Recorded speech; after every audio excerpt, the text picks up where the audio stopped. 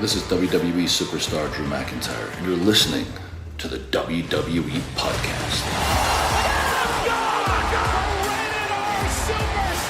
The champ is the one that everybody wants, me. It's going to WrestleMania.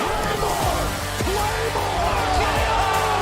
Austin 316 says I just whipped your ass. This is my iron. You're going to acknowledge me.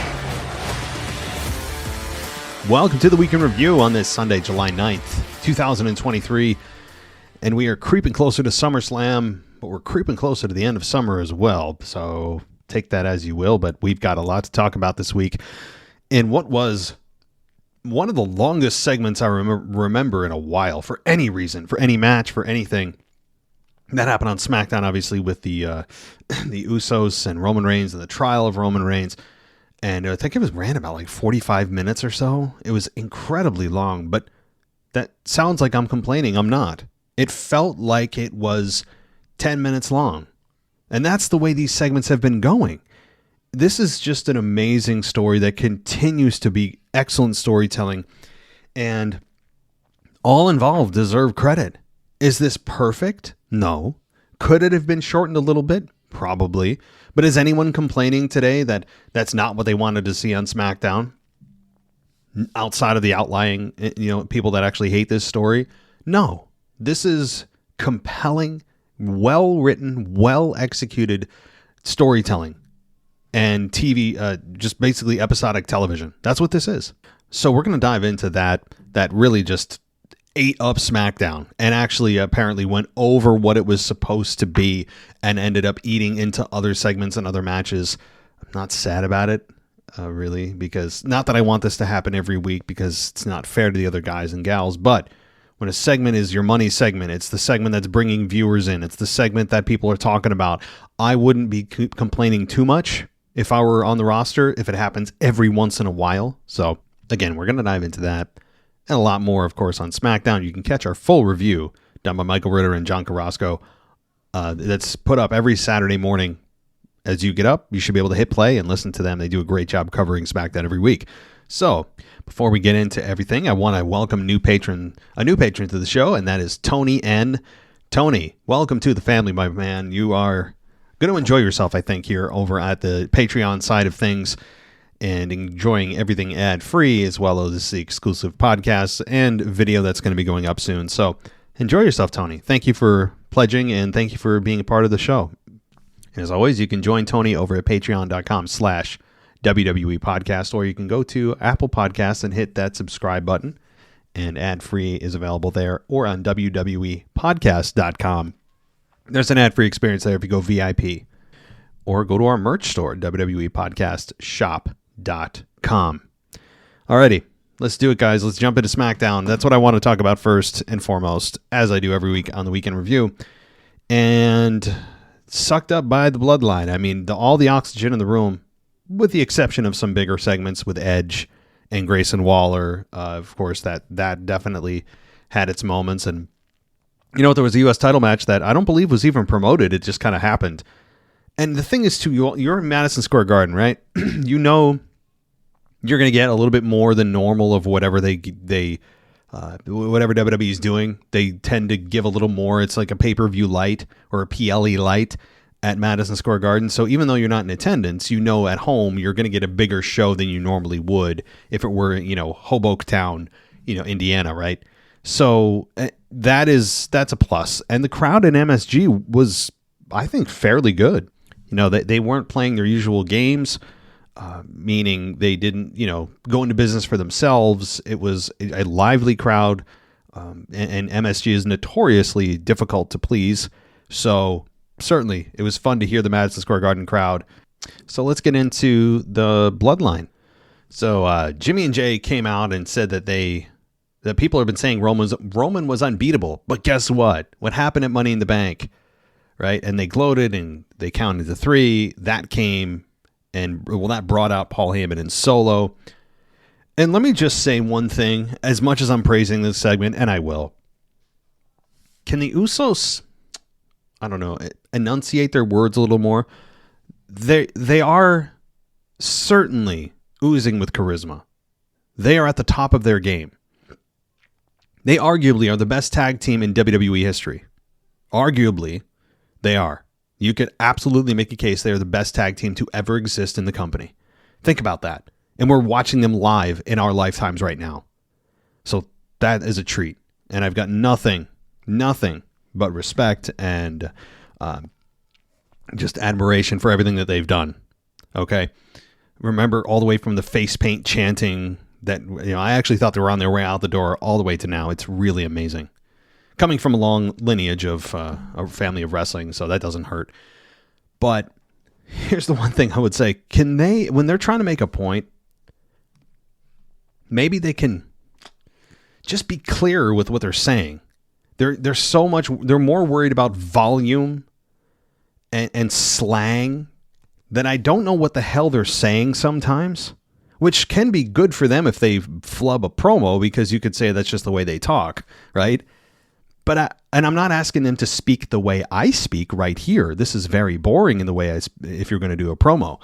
That's not what I'm saying. I'm saying, though, that like especially if you're trying to make a point, if you're not saying yeet, right? If they're not saying yeet all the time or my dog, fine. You can say that any way you want.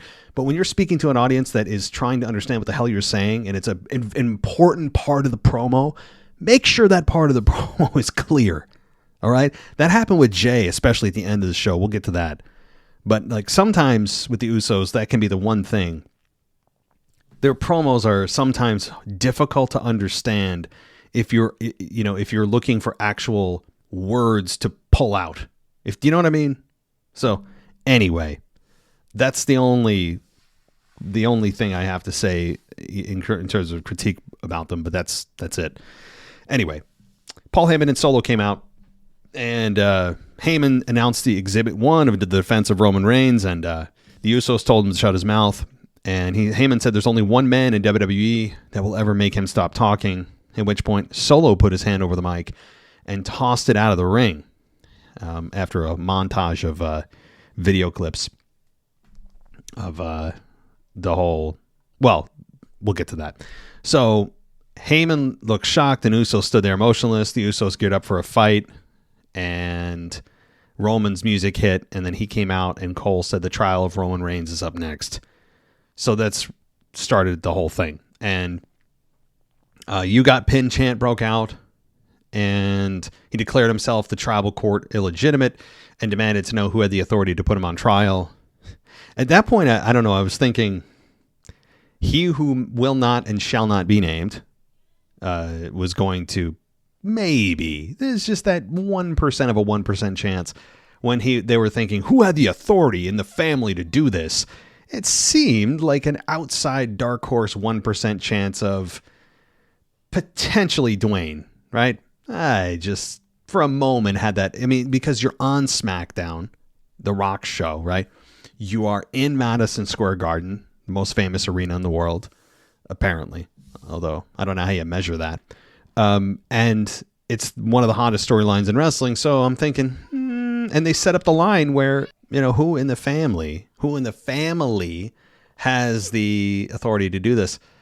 I don't know. It's just, did he say family? I don't know. Whatever it was, it just felt like, something could happen, but it didn't, and it's just one of those quick moments that was passing. But moving on, we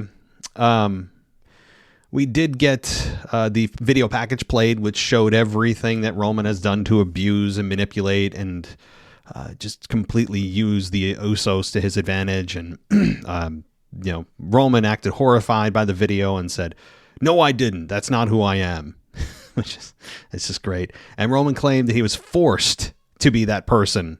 He was forced to lower himself, and he did it for them, and pointed at everyone in the ring, and the crowd chants caused some of the audio to be censored, which I thought was something wrong with my Hulu, my connection, my AirPods. I was like, what the hell's going on? There was so much of the audio censoring that it actually messed with, I had to reset my phone, and then I realized, it's because of profanity from the crowd. Anyway, we did get Roman saying he didn't need the bloodline needed him. He said he bent his moral compass for the family, his elders, and his reward is them compiling the worst moments of him. And let's see. He said he doesn't need or want to do this anymore, and the umbrella service on a beach sounded real good to him right now, and insisted that he's done with all of it and said that they could have it. He tossed down the microphone and stepped up to Jay, and he took off his tribal chief necklace and started crying. That was pretty good. I don't know if he put something in his eye, like some kind of eye irritant to make him form a tear, or if he just did it on cue. But Roman's done this before, I remember. So either way, it was effective, and Roman got on both knees while he was in tears, and Jay leaned into him, and then he low-blowed Jay and caused him to collapse, and Jimmy eventually, which seemed to take a little longer than he should have, but he jumped on Roman, and then Solo, who also hesitated, pulled off Jimmy, and Solo got chance while holding the symbolic necklace, and Jimmy charged at Roman again and hit him with the Samoan spike, and we got Solo planting Jay with a Uranagi, and then both Solo and Roman beat down Jimmy on the floor, and Solo tied Jay up in the ropes, and Roman grabbed the Undisputed Championship and hit Jimmy in the head with it multiple times. And I was hoping there actually be blood here because it makes sense. I mean, you're throwing a 15-pound gold object at someone's skull. There should be some kind of blood, but I digress. And then Jay eventually got free, and Solo put him through the announce table eventually, and that ended the segment with Jimmy getting sent to the hospital. Man, good stuff. I mean, this was well executed, great TV, didn't drag, even though it was apparently, okay, so it's 35 minutes is what I'm reading, but great stuff. I mean, this is just amazing. How many other segments would we complain that this is too long in? Every other storyline going on, we would say this is too long. So, all right. Sheamus and Austin Theory then happened up next for the United States Championship, and Sheamus did not win here, but no one, I don't think, really expected him to. And that's because, honestly, this, from what I understand, this was not promoted. There was no real build to this of any significance. Not that they don't work well together. It went 14 minutes, but hey, every match Sheamus and Austin Theory are in are solid matches.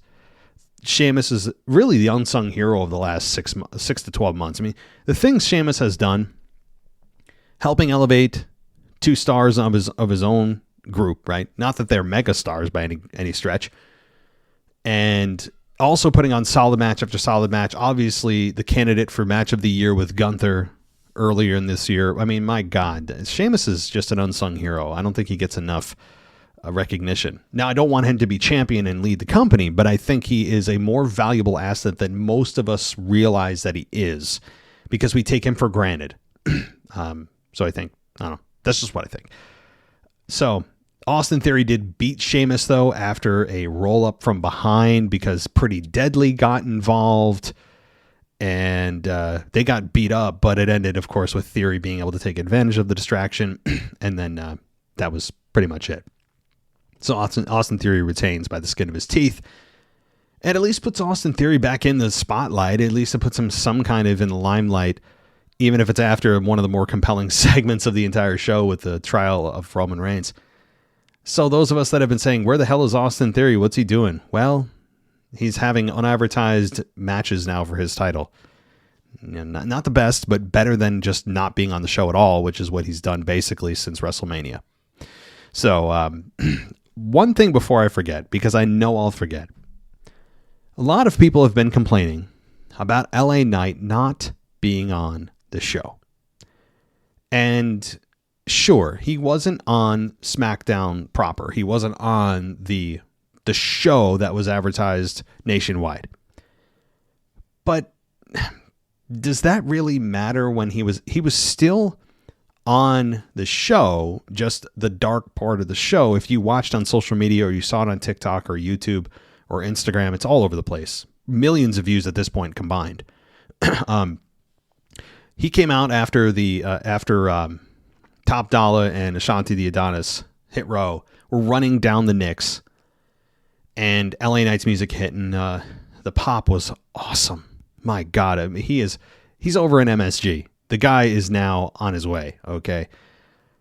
So he got a massive pop, ended up putting down both guys, getting on the mic at the end of the segment and doing his shtick, and it was great. It was his pops are so fun to listen to because it's just so unexpected still, but it's so much fun to be a part of. And now I think even the people that are bandwagon fans are on there. So, hey, this is a lot of fun. And I know people are saying, why wasn't he on the show? He's still got, I think, more attention not being on the show because of all the social media buzz and the anger from fans. Sometimes, guys, look, I don't know the actual plans for LA Knight.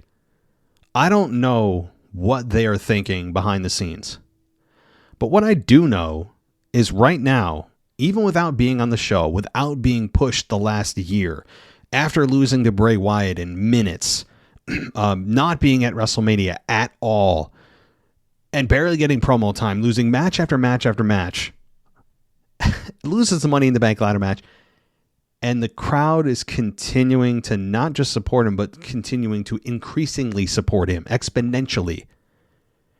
Maybe WWE is understanding that by not doing anything, they're doing something.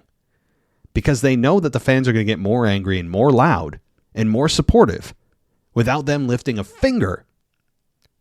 And do I think that's the case? I mean, I don't know. But if I was WWE, I would say, hey, do we even need to come up with something brilliant right now? Because right now, LA Knight is getting over in a way that makes the fans feel like it's organic, even though maybe it's WWE manipulated, by knowing that if they don't do anything, the fans are going to get more angry, more loud, more supportive. Do you see what I mean? It's like they're letting us do it on, or at least think we're letting us do it on our own, support them, but at the same time, they're purposefully not doing it, knowing that they think that by us being more loud and more vocal on social media and all that we think it's an organic movement, but it's not, because WWE is purposely not doing anything. Do you know see how weird this gets? You see how deep down the rabbit hole this gets? But either way, right now, it's still working.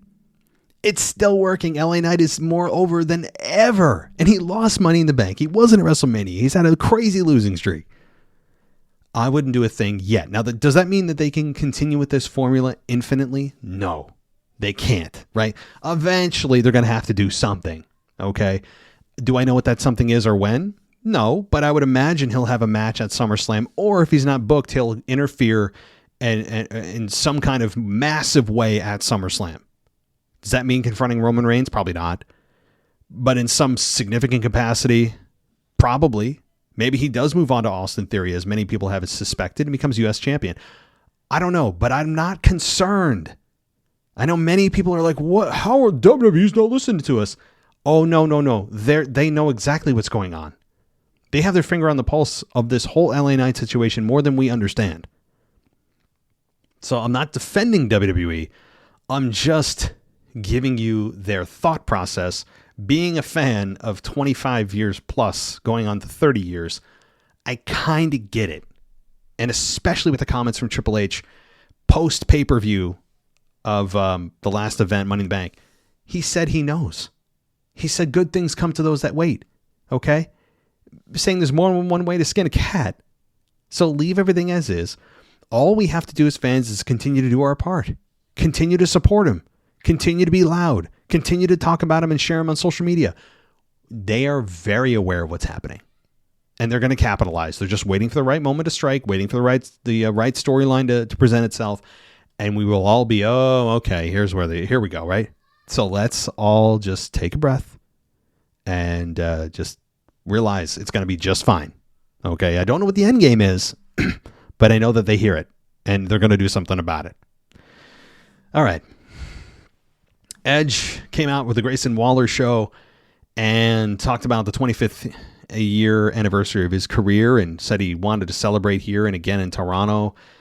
And Waller said, basically tried to tell Edge that he had an announcement to make when he didn't, and that the announcement is Edge is retiring. And Edge ignored him and got up to cut a promo, and he referenced his pay-per-view appearance at SummerSlam 1998 when he first debuted, when he teamed here with Teamless Sable against Mark Marrow and Jacqueline. And he pointed out some landmark features of the building and spoke how much he identified with hardworking people in New York.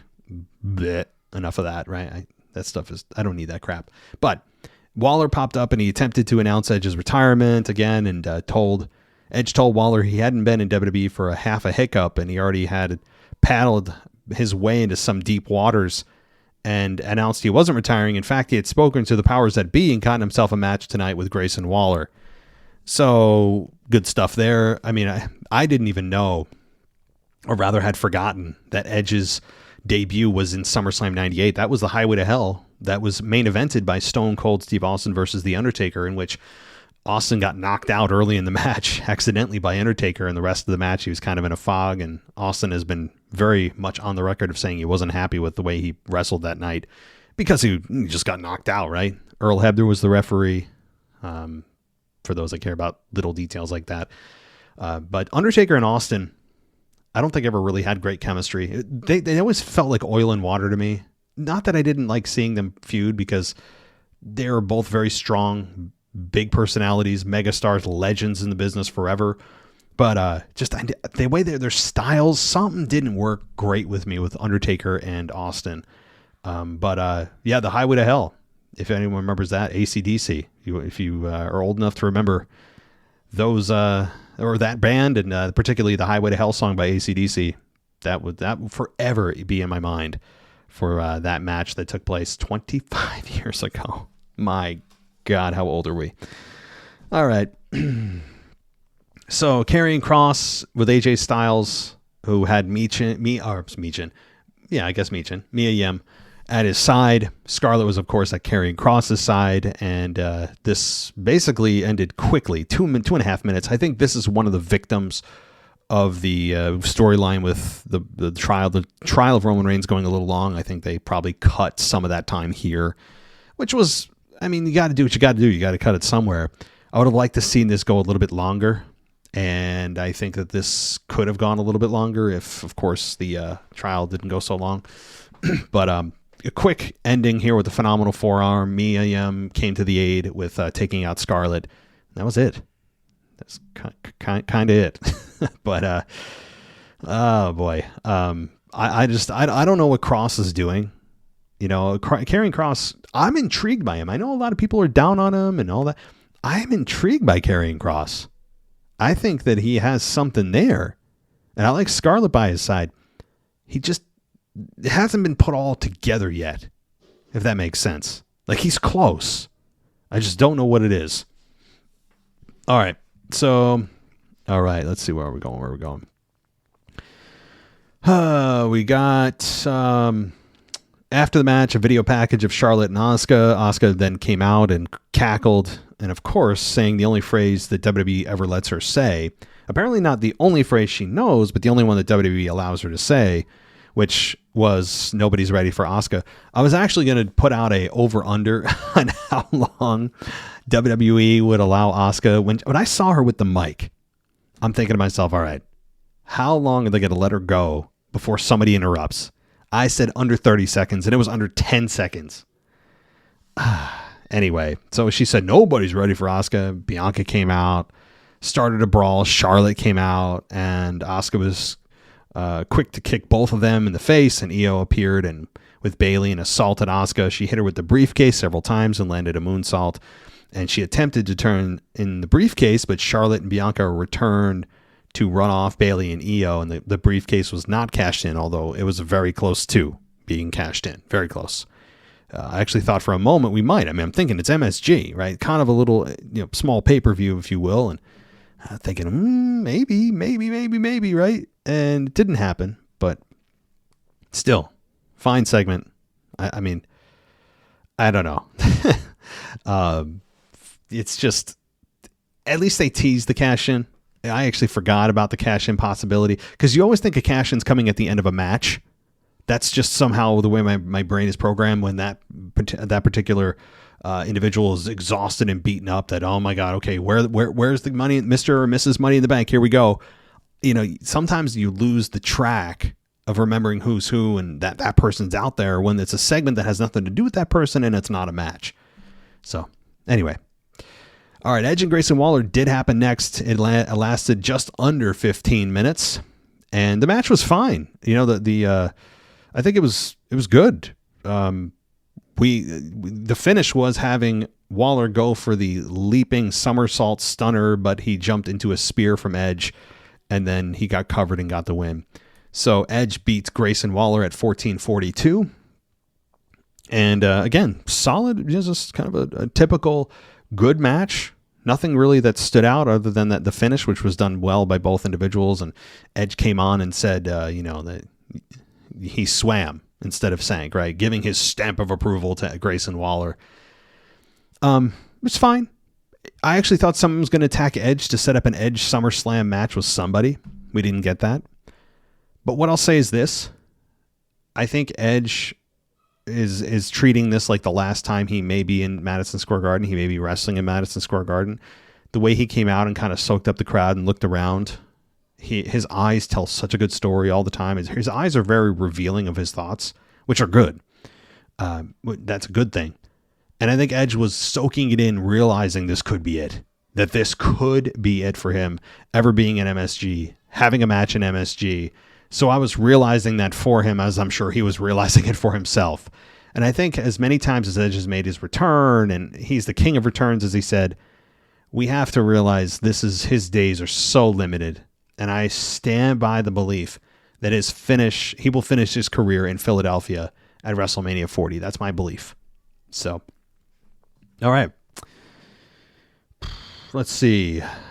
Let's go here to the ending of the show, which Jay was rumored to come back, and we got Jay coming out after Roman was back into the ring, and he stared down Roman. He hit Roman in the back with the chair once, but he didn't get what you wanted to see, which is a complete just beat down of Roman, which is such a nice touch. I love when the heels escape a total beat down. It's nice. But Solo jumped in, as he always has been, and continues to save Roman. He hit Jay, and Jay hit Solo, though, with the back 8 to 10 times. I mean, what happened to Solo, obviously, is what you wanted to see happen to Roman. But Jay grabbed the Undisputed title off the ground and grabbed a mic, and Roman yelled at him to put it down.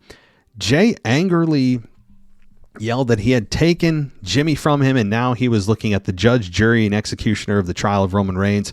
Jay said it was trial by combat now. He didn't care about brothers or wise men. He wanted to take him down one more time, one-on-one.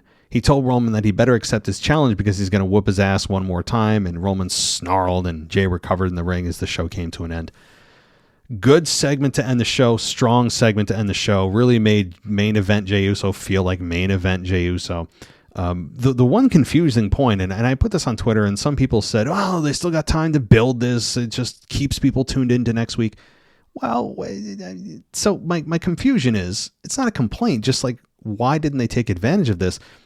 Why wouldn't Jay lay down the challenge for a cliffhanger of, Roman, you took everything from me. I'm going to take everything you value from you, right? And challenge him for his undisputed WWE championship. Instead, he held the belt, but didn't talk about it, and didn't talk about SummerSlam. I don't know if this is a flub, an oversight. Maybe WWE told him not to and just hold the belt. I don't know. It's just a total missed opportunity for me.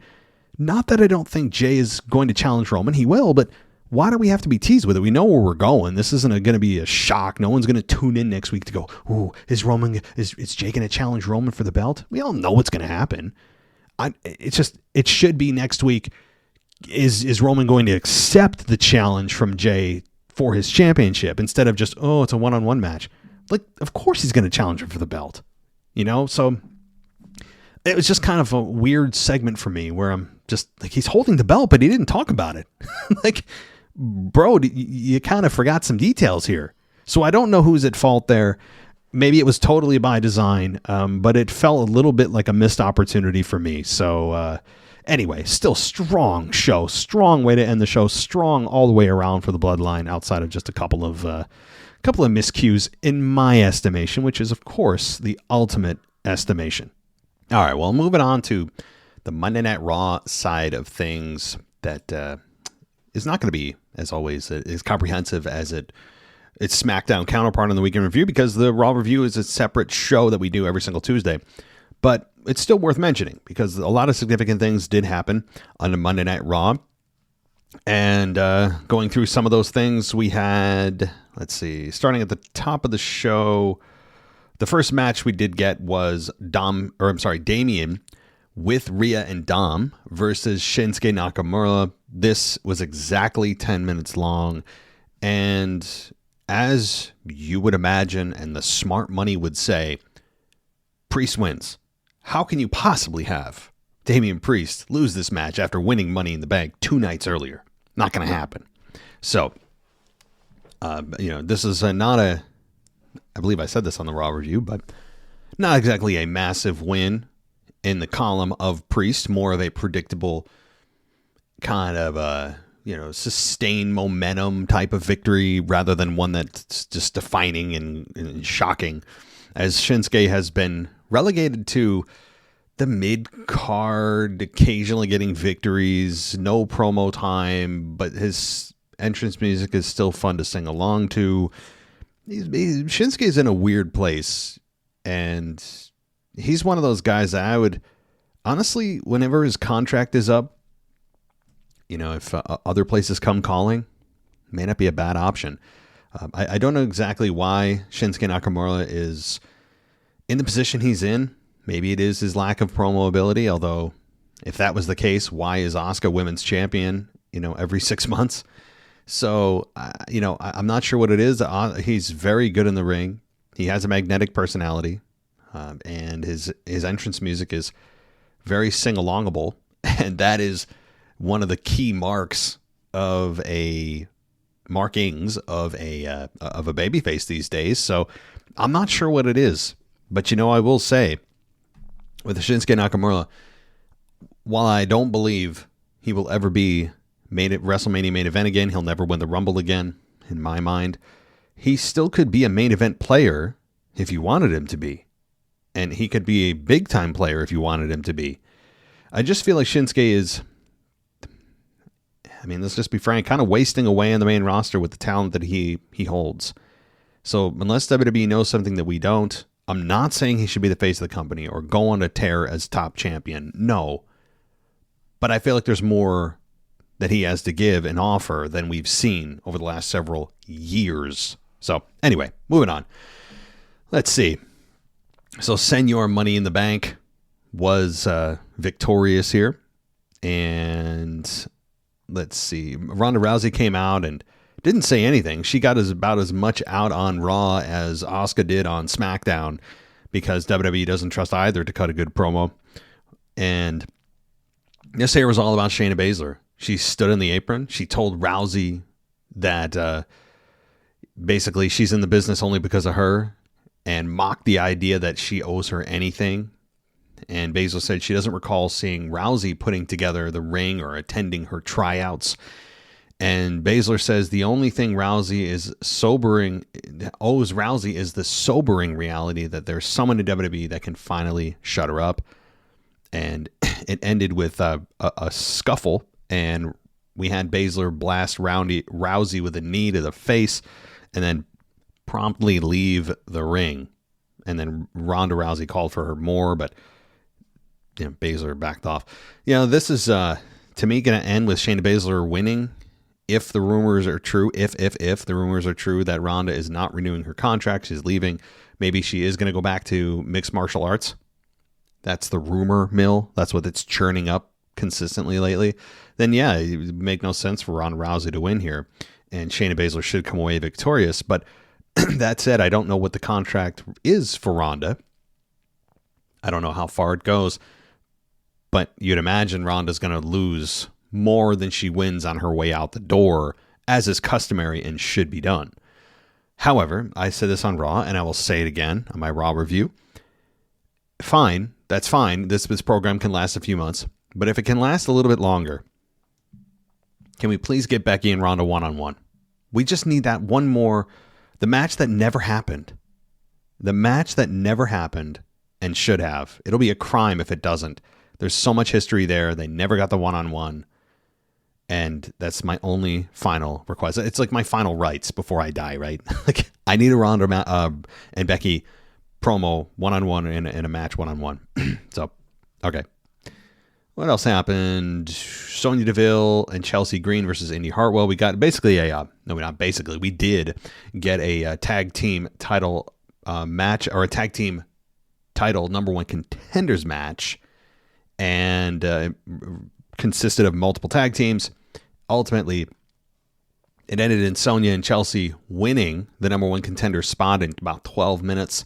The tag team turmoil match is what I meant to say.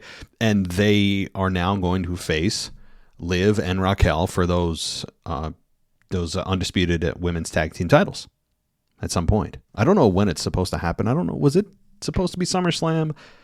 You would think, but hey, these days title matches happen every other show or every show, and they're a dime a dozen, so which is sad to say, so sad, but I don't know when this match is supposed to take place. I wouldn't be surprised if they don't put it on SummerSlam. All right. What else? Cody Rhodes did come out and said that he can't coexist on Raw with Brock, and he said he'll fight any night and would fight him every night, and he signed an autograph and kissed some babies, and that's what he did. Probably helped an old lady across the street on his way back. And then we got Chad Gable, Otis, and Maxine Dupree versus Eric Ivar and Valhalla in a 6-person tag team match that lasted 8 minutes. And it ended with Dupree hitting a sunset flip on Valhalla for the victory. So Dupree gets the victory here on Valhalla, i.e. Sarah Logan, for those that don't remember. And that's kind of the let me up match. Not too many people are emotionally invested in this with Chad, Otis, and Maxine, but hey, maybe it's one of those teams that catches fire and goes further than they ever meant to push them. But unfortunately, I think Eric Ivar and Valhalla, as much as they seem to be reinvigorated and rebranded through those promos and videos, and they got new gear and new music and were badasses. Remember that for a few months? Yeah, that's a distant memory, and it's a shame because I think that they had something, and for whatever reason, that has gone by the wayside in a very big way. So, all right, let's see. We got more highlights, of course, of Money in the Bank. I mean, half the show was Money in the Bank highlights, and deservedly so. I mean, Money in the Bank was one of the best Money in the Bank event I can remember in recent memory, and arguably one of the best of 2023. So, a lot of that has to do with the crowd, but also the matches and the effort and everything. It's amazing how many times we come across events that we're not super excited for. We just kind of go through the motions. Oh, it's another premium live event, and then we come away with it, and we come away with the perception of, wow, that was awesome. It's it's one of the staples of the Triple H regime. So, and I don't even care if Vince was involved. I said this with I forget who it was last week when one of my co-hosts was on. I said, I don't care if Vince was entirely responsible for the show. It wouldn't change how I feel about the show. So many people these days are influenced how they look at the show by what they hear online about Vince being there or not there. I can bet you that if they heard nothing about Vince and that they truly believe Triple H was the only one involved, that the negative reviews wouldn't be so fierce, because the perception is whatever Vince does sucks, no matter what he does or whatever. He could put together a fantasy lineup that fans have been asking for years, and it would suck if Triple H put the same exact program together, same TV show together. It would be awesome, or not as bad. And I think a lot of us, including myself at times, have been skewed to think everything Vince touches now sucks, and that's not true. So I don't care who is responsible for Money in the Bank. I really don't. And I think as fans, we kind of need to just look at the product and evaluate it based on that. I mean, who cares who puts the shows together as long as they're awesome, right? And they feel fresh and they feel like truly anything could happen. I don't care if Vince is back. I mean, ultimately, I think he should not be there. But if the end result and the execution is we get great shows and great matches, like I don't care if, I don't care who's running it. I don't care if it's, Ted Turner, Eric Bischoff running it behind the scenes somehow, right? Anyway. All right. And this is not, I'm not defending Vince that he should still be there. Let me just make that very clear. I still believe Vince should be gone. But okay. Ripley and Natalya for the Women's World Championship.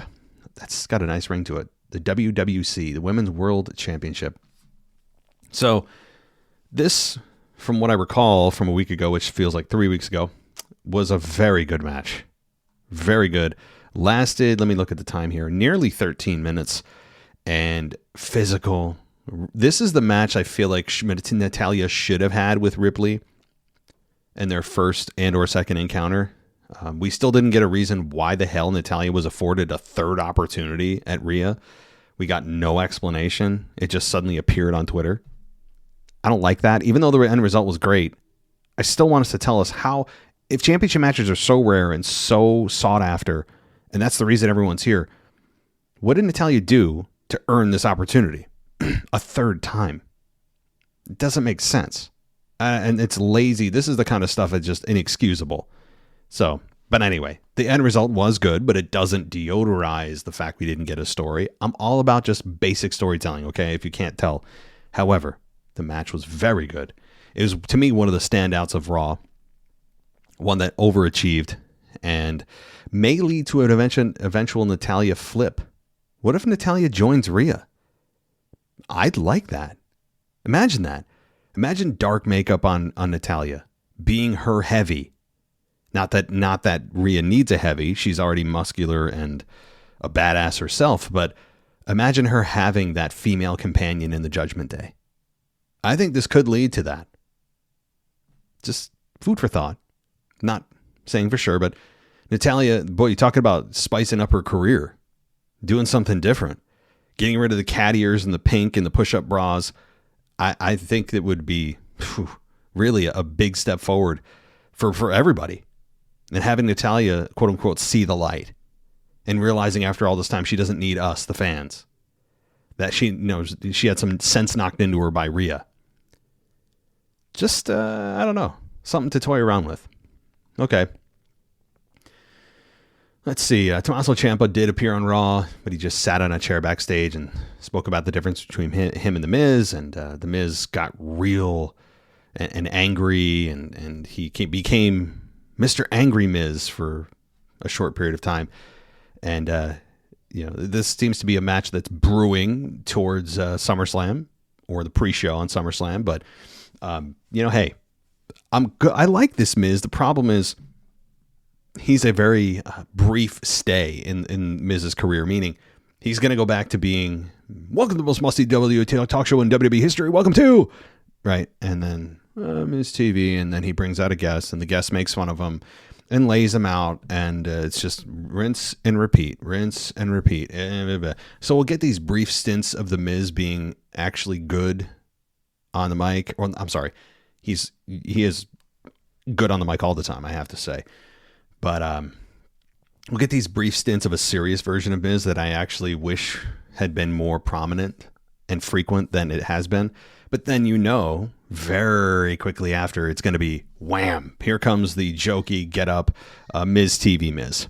Matt Riddle and Giovanni Vinci, about 1:40 with Riddle getting a 3 count and beating Vinci. And McIntyre is really just a setup for McIntyre to come out and face off against Gunther, and that's definitely going to be a SummerSlam match. I think Drew has his first match on Raw tomorrow night on where are they? Buffalo, I think they are. I think is it Buffalo? Or maybe that's SmackDown. But either way, it's going to be a first Drew McIntyre match since WrestleMania.